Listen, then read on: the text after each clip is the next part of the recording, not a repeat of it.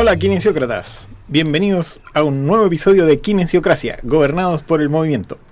Hoy es miércoles 29 de mayo de 2019 y estamos en el estudio de radio de la Universidad de Finisterra. Yo soy Matías Osa, kinesiólogo, magíster en educación y docente en la asignatura de razonamiento clínico en la Universidad de Finisterra. Y yo soy Nelson Adrián, kinesiólogo, doctor en terapia física musculoesquelética y docente en el área de kinesiología musculoesquelética de la Universidad Finisterra. Hoy tenemos nuevamente invitada a Rosita Serrano. Hola, yo soy Rosita Serrano, psicóloga y estoy a cargo de 2 ramos de la Universidad Finisterra, Psicología y Bases de la Comunicación y Habilidades Comunicacionales para la Relación Terapéutica. Y hoy vamos a conversar nosotros tres sobre la evaluación del dolor. Y bueno, el dolor es un tremendo tema que nos puede dar para muchos capítulos, pero vamos a partir de la base simple, partiendo de la definición del dolor desde el punto de vista más actual y analizándolo cómo se puede evaluar en la práctica clínica. Según la IASP, que es la Asociación Internacional para el Estudio del Dolor, lo definió hace varios años atrás como una experiencia emocional y sensorial no placentera o poco placentera, que se va a asociar con un posible daño potencial o actual de los tejidos o descrito en términos de esto. Por lo tanto, esta explicación o esta definición ya nos deja ver que va a ser una experiencia personal y emocional, ¿ya? Y además que no se va a correlacionar directamente con daño en el tejido, cosa que nosotros desde el punto de vista biomédico, ¿cierto?, tenemos muy integrado que el dolor proviene de algún daño y la magnitud de este, ¿ya? Una definición un poquito más moderna dice que el dolor es un output del sistema nervioso por medio de un sistema evaluativo que activa un sistema de defensa.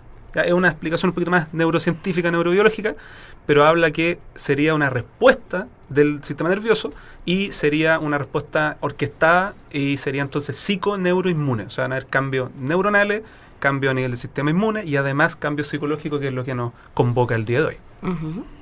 Entonces, diríamos que el dolor lo podríamos analizar desde varios dominios. Claro. Ya no solamente desde el sensorial, desde la sensación del dolor, porque el dolor no es solamente una sensación, sino que es algo que el paciente o que la persona vive, que es una experiencia. Entonces, desde el punto de vista sensorial hay algo que evaluar, pero también hay aspectos afectivos, cognitivos y del comportamiento. Así es. Hay aspectos cognitivos que tengan que ver con la creencia del sujeto, ya sea respecto a el pronóstico que tiene su diagnóstico. A un peor pronóstico, el dolor tiende a aumentar y a tener la percepción de estrategias de afrontamiento menos efectivas o útiles ante el dolor, versus un dolor agudo donde las estrategias de afrontamiento del sujeto las percibe con mayor autocontrol. No. Él tiene más capacidades para enfrentar ese dolor.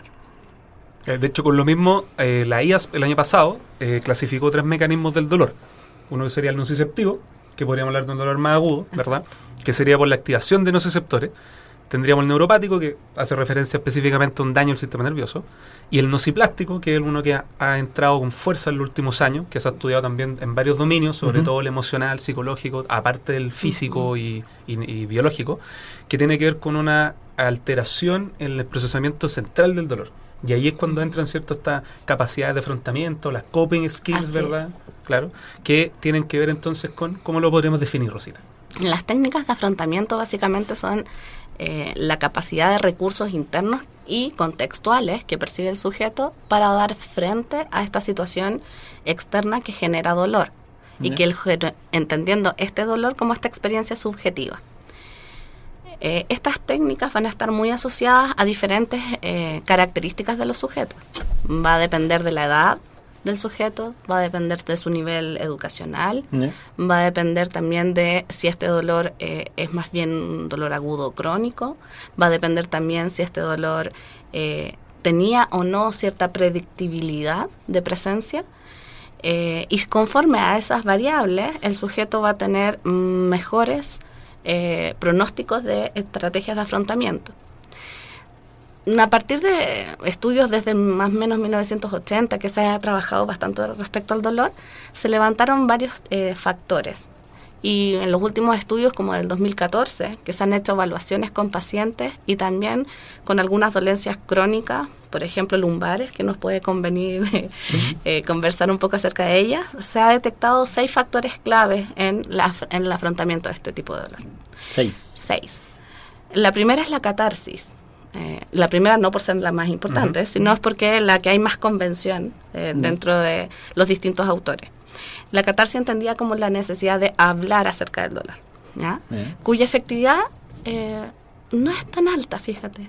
Sí, se tiende a usar bastante, pero no tiene una efectividad tan importante como la que sí tiene la sensación de autocontrol, donde el sujeto, frente a esta situación de dolor, se da cuenta que puede realmente hacer cosas que disminuyan el dolor. Si estas técnicas de autocontrol son más bien de carácter evitativa, funcionan muy bien en dolores agudos. Claro. Es decir, evito ciertas circunstancias que me generen dolor. Pero cuando ocupo técnicas evitativas en dolores que son más crónicos, terminan perjudicando incluso la calidad de vida del sujeto, porque empieza a generalizar que en ciertas actividades que efectivamente le generaban dolor, las deja de hacer, empieza a generalizar en situaciones similares y empieza a aislarse, lo que reduce también su red de apoyo. Y al reducir su red de apoyo, disminuye también una de las variables muy importantes para enfrentar el dolor, que tiene que ver con la búsqueda de apoyo e información. Información respecto a la dolencia y apoyo respecto a la capacidad de contención emocional de su red de apoyo. Eso es lo que se conoce, Rosita, como el modelo miedo-evitación, ¿verdad? Así es. En donde se entra en este círculo vicioso de catastrofismo, alejarse, ¿verdad? Muy buena la palabra. El catastrofismo es esencial en el tema de la evaluación como de pronóstico del dolor, de experiencia del dolor del paciente.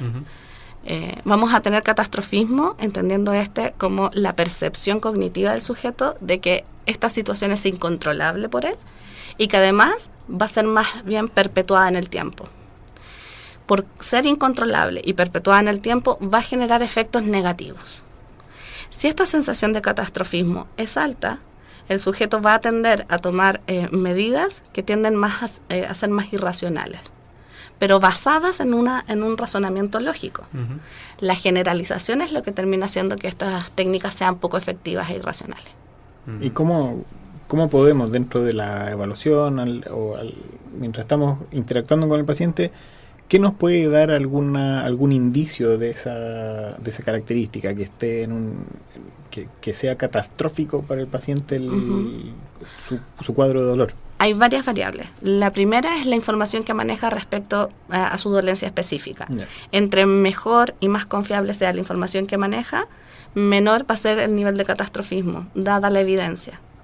Si el paciente es un paciente con ciertas características más histrónicas, va a ser más complejo manejar el catastrofismo.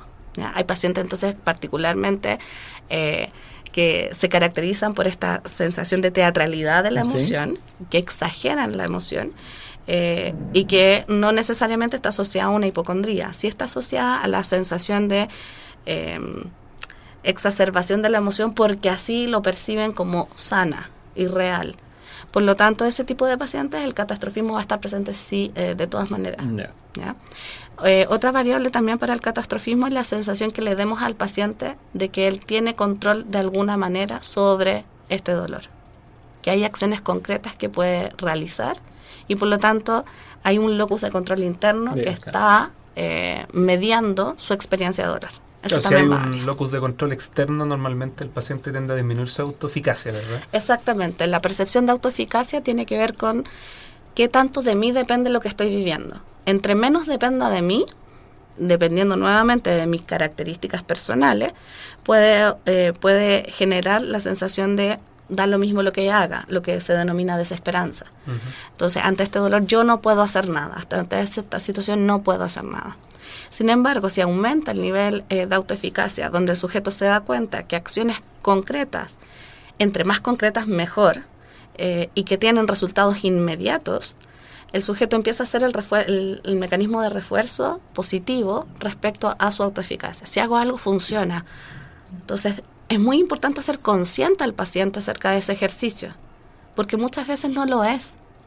Pacientes que llegan con alto nivel de evaluación EVA de su dolor, al terminar la sesión te dicen estoy igual, pero cuando tú te das cuenta que llegó con un 9 y está en un 8, no está igual.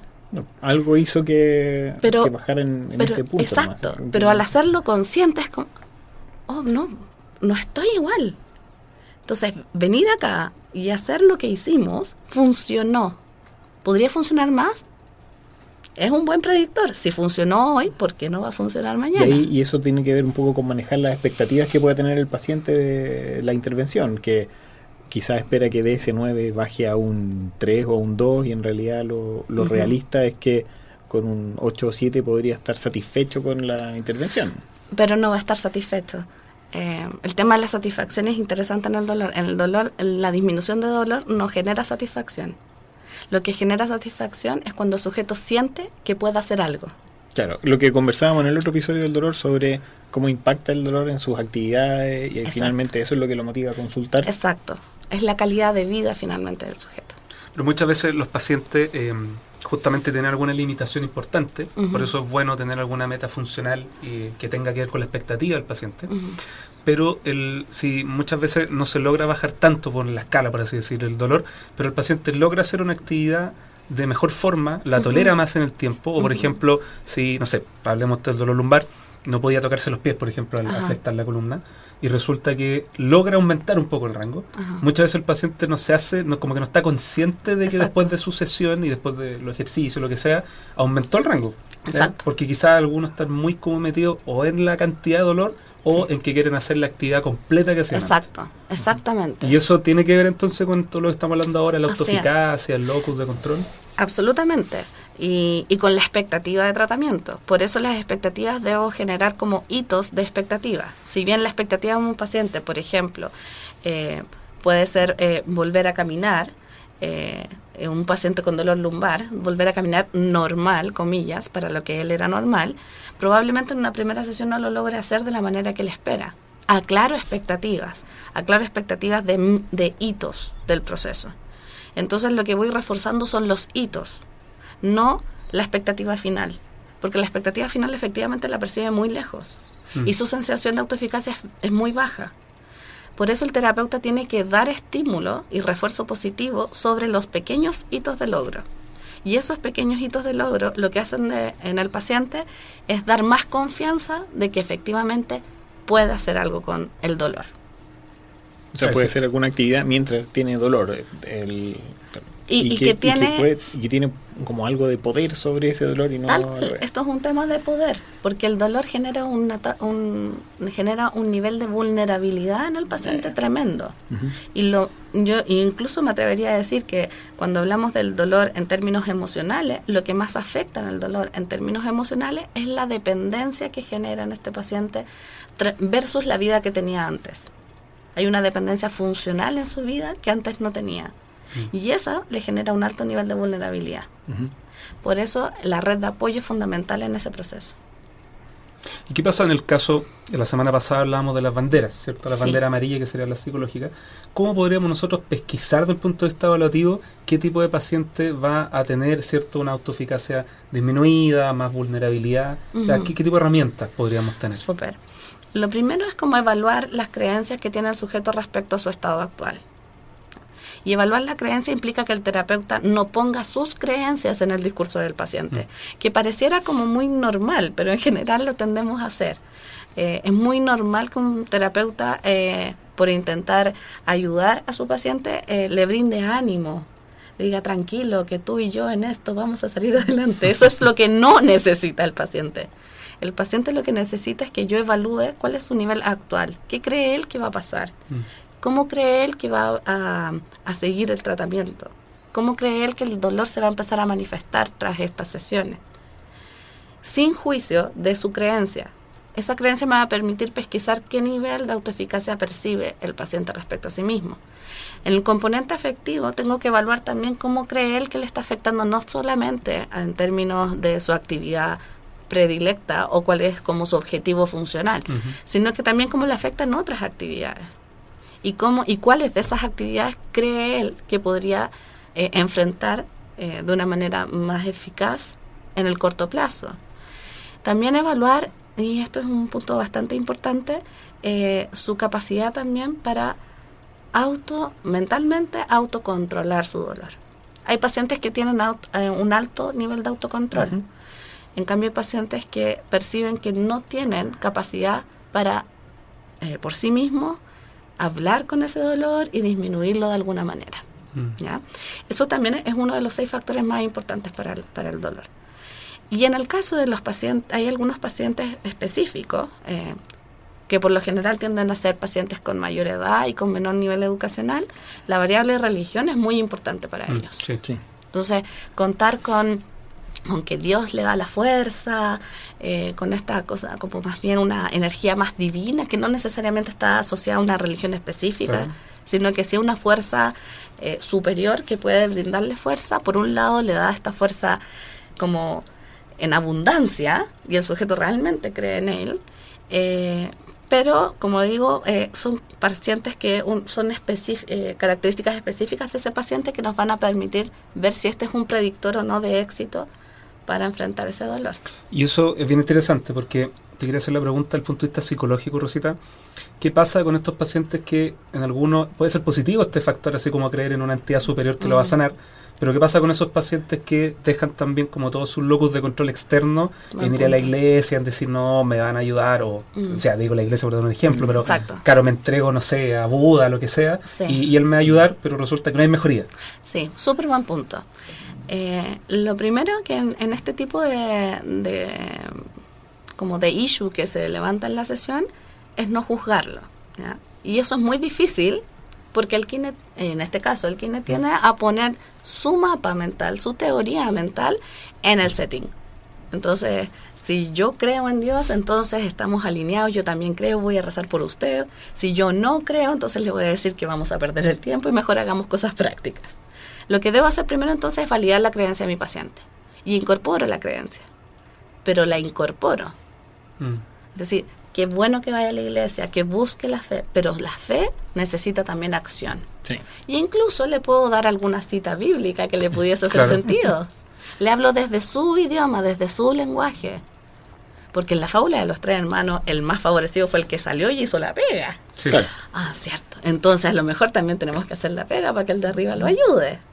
Eso a la persona le hace sentido, le hace resonancia, pero es porque le estoy hablando desde su paradigma. Si intento hablarle desde el paradigma médico a una persona cuya creencia sobre el paradigma médico es que el paradigma médico está por debajo del divino, lo que voy a hacer es que probablemente esa decisión terapéutica no prospere. Sí, ya habíamos hablado de la alianza terapéutica, la adherencia, que es Así es. fundamental. A mí personalmente me llega un poquito ese tema que hablaba porque a mí me pasa que, por ejemplo, los pacientes que creen mucho así como en el horóscopo o que Mercurio retrógrado, me pasa que me cuesta contactar con ellos porque claro, ellos también creen que la medicina en general está por debajo de que se van a alinear los astros X días y según el ciclo lunar se van a mejorar. Entonces, de repente me cuesta, como uno más de ciencia, cuesta como tratar de alinearse con con lo que dice el paciente. Absolutamente. Y se nota. El paciente nota que tú no estás validando su creencia. Entonces, si no estás validando su creencia, ¿por qué él va a validar la tuya? Claro. Eso es un poco el juego que el paciente hace. En cambio, cuando yo no compito con su creencia, la acojo en el setting, le doy un espacio y darle ese espacio me permite a mí poner mi creencia, que según él es una creencia, pero está basada en evidencia, permite que él se abra a esa posibilidad. Esa es una técnica que se denomina técnica de declinación. En la técnica de declinación yo permito al otro compartir su punto de vista, pero voy a generar en él un cuestionamiento, no a partir del juicio que yo haga de su creencia, sino a mostrar nueva información.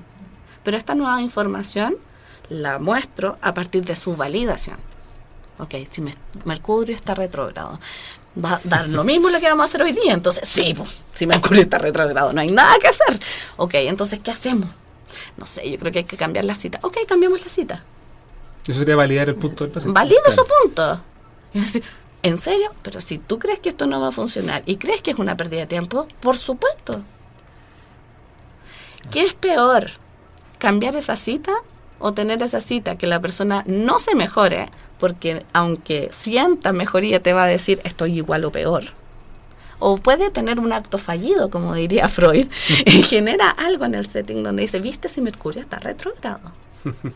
Valida su creencia, te descalifica a ti y se quiebra la adhesión.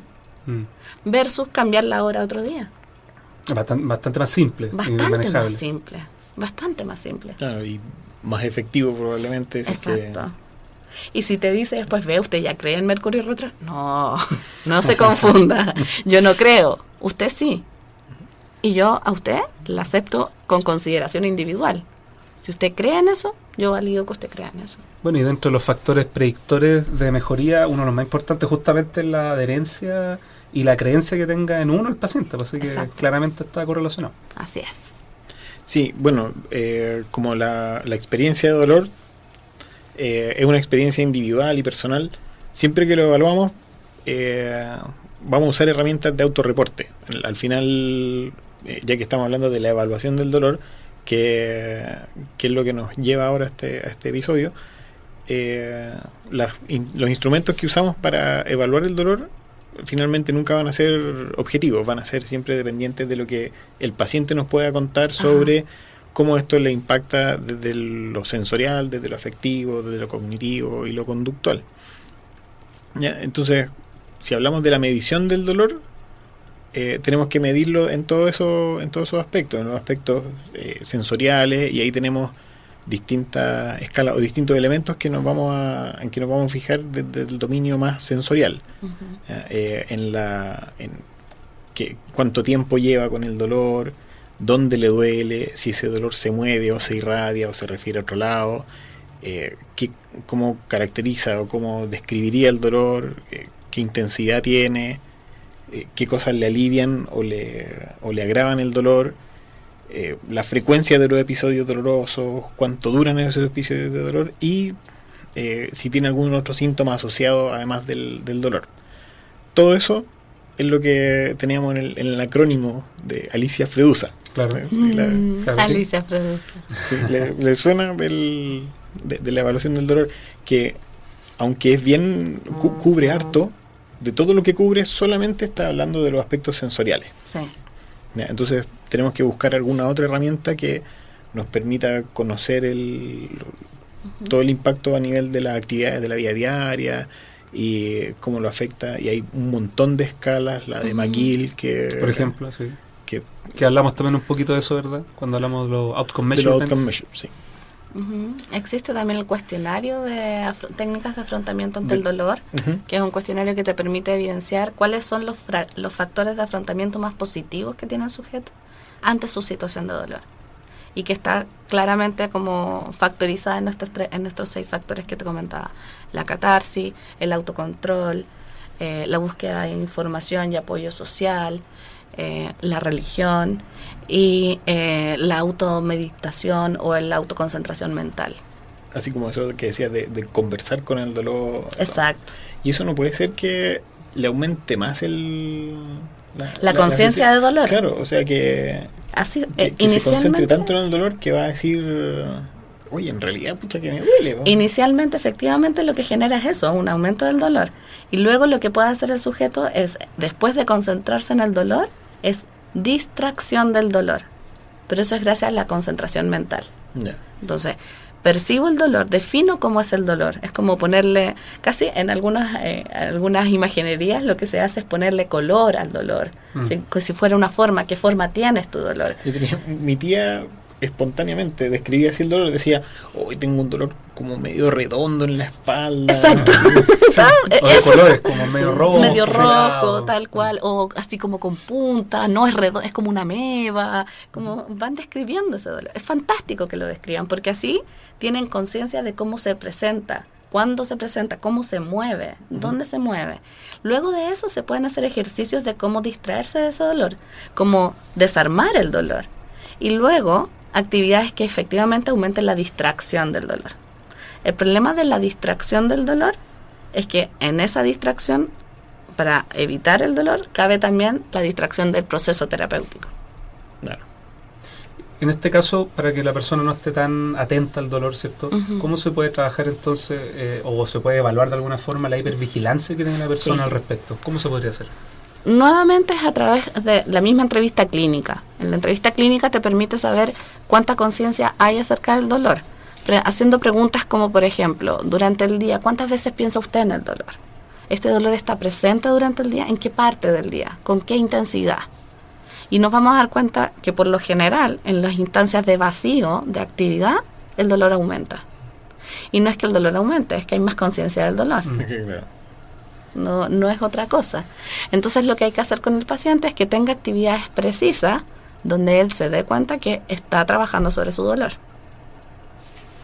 Esto mismo tiende a pasar de repente en otros problemas ya más emocionales, psicológicos, como la ansiedad, la depresión. Justamente la gente cuando no está haciendo algo y como que aparecieran más los síntomas, pero tiene que ver con este factor de estar más consciente. Exacto. Por eso la conciencia de estas sintomatologías tiene que ser una conciencia que se le denomina como reflexiva o contemplativa, pero que si es una conciencia que lo que busca es atención obsesiva, aumenta la sintomatología. La contemplativa te permite, tal como lo dice la palabra, reflexionar y observar este fenómeno. Más como, incluso como un poco de despersonalización, más en tercera persona. Sí. Como, ahí está el dolor, ¿viste? Aquí está el síntoma. No es parte mía. No es mío. Es algo que yo puedo, hoy día está, pero puede no estar. En lo que hablaba Matías anteriormente sobre la evaluación que hacemos como kinesiólogo, ¿verdad? Toma varios aspectos, como era esta sigla de Alicia Fredusa, pero de todas maneras nos quedamos cortos, o sea, nos damos cuenta con lo que estamos conversando que no estamos abarcando la totalidad de la experiencia, y tal como le decía estas definiciones de Mosley, ¿verdad? O la de la IASP, es una experiencia sensorial y emocional personal, por lo tanto es muy difícil y es muy subjetivo ir a evaluarla, y quizás deberíamos tener muchas más herramientas para poder ver la totalidad, ¿verdad? Y la multidimensionalidad de lo que significa el dolor. ¿Sí? Y dentro de esto, ¿qué tipo de otras escalas pueden existir? Por ejemplo, yo sé que existen algunas como la escala de Tampa, ¿verdad? O la escala de Fabku, que es como para ver la miedo-habitación. Exacto. ¿Cuáles otras se podrían aplicar en el mundo clínico, pero desde el punto de vista del kinesiólogo? Para asociarlo un poquito como con el psicólogo, digo, para no invadir terrenos, a eso me refiero. Si estoy pensando en algo que sea como más práctico. Yo creo que el cuestionario de afrontamiento es un cuestionario súper interesante. Creo que porque está basado en el TAMP, pero también está basado en la teoría de Lawrence y Folkman. Entonces lo que hace es levantar como estos factores y darle una correlación más potente. Son preguntas muy sencillas además, que permiten efectivamente, más que evaluar el dolor en sí, evaluar la predicción de vivencia del dolor. Porque en el análisis de Fredusa lo que medimos es la presencia del dolor, en términos sensoriales. Sí. Lo que te permite medir esto es la predicción de cómo se va a comportar el dolor frente a la situación actual del paciente.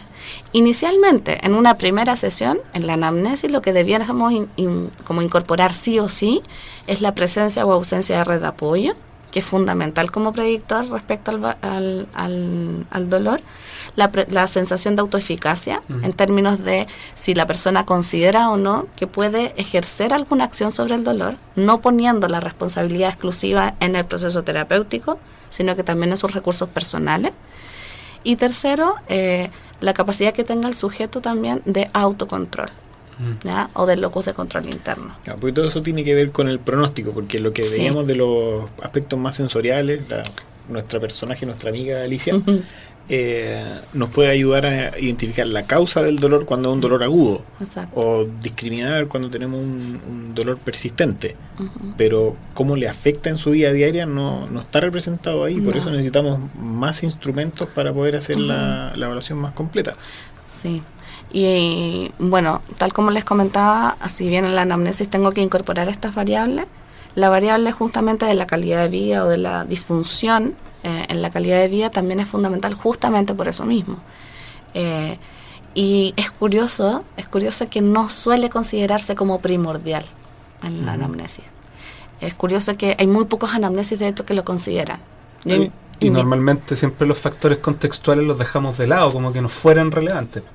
Porque a pesar de que sabemos que un modelo biopsicosocial es un modelo que nos da un prisma mucho más amplio del ser humano que tenemos al frente, tendemos a ocupar instantáneamente el biomédico y nos vamos a la sintomatología, nos vamos al historial de la sintomatología y empezamos como un poco a desmarcar del sujeto este objeto patológico. Y muchas veces, sobre todo lo vemos en estudiantes, ¿verdad?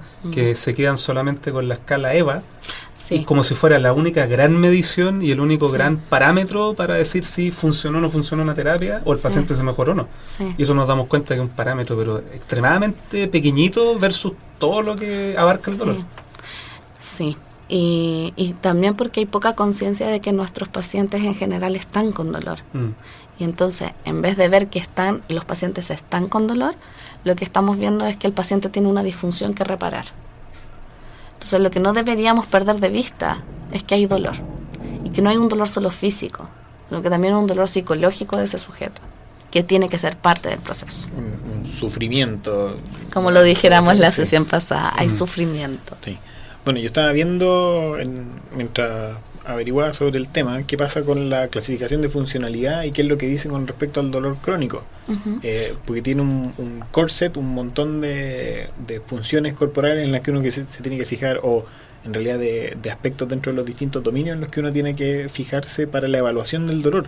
Y son desde el temperamento y personalidad como funciones corporales, la energía, la motivación, el sueño, cómo afecta al dormir, porque como comentábamos la otra vez, sueño y dolor son súper buenos, como interactúan mucho. Son factores, sí, concomitantes. Claro, de hecho, hoy en día, dentro de lo que es el manejo especializado del tratamiento del dolor, se considera la terapia del sueño fundamental. Como la higiene del sueño. Claro, ¿sí? claro, como higiene del sueño, justamente, junto con el mindfulness y otras estrategias justamente para conciliar el sueño que tiende a estar súper alterado en pacientes con dolor persistente. Sí, y otras funciones como la atención, funciones emocionales, el control emocional, el contenido de los pensamientos, la tolerancia al ejercicio y funciones musculares de la debilidad que está asociada a la inactividad que puede producir el dolor. Son todas las funciones corporales que considera la clasificación de funcionalidad que uno debería evaluar durante el encuentro con un paciente con un dolor crónico o persistente. ¿Ya? Y revisando entre todos los dominios, el de las estructuras corporales es el que menos cosas tiene. Tal cual. Sí, porque si nos vamos a la actividad y la participación, los códigos que tienen que ver con enfocar la atención, resolver problemas, trabajar en múltiples tareas, llevar una rutina diaria, mantener o cambiar la posición del cuerpo, desplazarse de un lugar a otro, lavarse, vestirse, todas esas cosas básicas, cuidar la propia salud, ayudar a otros o incluso buscar o mantener un trabajo, son todas actividades relacionadas que van a estar afectadas por este dolor persistente. Sí, eso tiene mucho que ver con justamente ver a este sujeto como un sujeto y no como un objeto. Sí. Y eso ya es como una mirada filosófica o epistemológica distinta del que hace el profesional. ¿Viste? O sea, yo no trabajo con el movimiento, trabajo con un ser humano que se mueve. Sí. Y pareciera que eso es una frase muy sencilla, pero como las derivadas que tiene respecto a mi relación con ese paciente, mi relación de esta sesión, mi relación el futuro con mi paciente, los límites de la relación y el involucramiento que requiere de mí en términos profesionales, la verdad es que paradigmáticamente estamos hablando de realidades muy distintas. Pero ahí nuevamente aparece otro issue, que es como, ok, quiero ver a un sujeto al frente, no quiero ver un objeto, quiero ver a un sujeto dolente que viene a verme para aliviarse dolor. Y empiezo a mirar qué referentes tengo que hagan eso con otros. Y no es fácil encontrarlos. No es fácil encontrar a terapeutas que efectivamente vean a un otro como un sujeto y no como un objeto de dolor. Y ahí es complicado porque a la larga nosotros estamos dominados bajo el modelo biomédico, en donde el dolor es porque hay una estructura dañada y por lo tanto mi pega tiene que ver con la estructura, con reparar eso y listo, y hasta ahí llegamos. ¿Ya? Entonces siempre estos modelos biopsicosocial suena súper bonito, hablamos harto, el modelo de la CIF, pero nos quedamos en el bio nomás, o sea, ¿qué pasa con el psicosocial? Y no solamente desde el punto de vista de la evaluación, también del abordaje que hacemos posteriormente con nuestro paciente. Y por eso es que se ve lo que dice Matías, o sea, el dominio estructura es el más corto dentro de los descriptores del dolor. Sí, es el más básico. Y si nos vamos a los factores ambientales, o sea, ¿qué otras cosas tenemos que tener en cuenta durante la evaluación? Como decía, la red de apoyo, la familia, el uso o no uso de drogas, qué pasa con sus pares y sus conocidos, experiencias que puede haber tenido alguien cercano con respecto a una condición parecida, cómo los profesionales de la salud pueden ser un facilitador o una barrera en el manejo de de su condición. Ujú. Ya, lo que decíamos recién, eso de tratarlo como un sujeto, como un objeto, puede ser ese manejo o esa relación va a significar o un facilitador o una barrera a su... Sin duda alguna, sin duda alguna.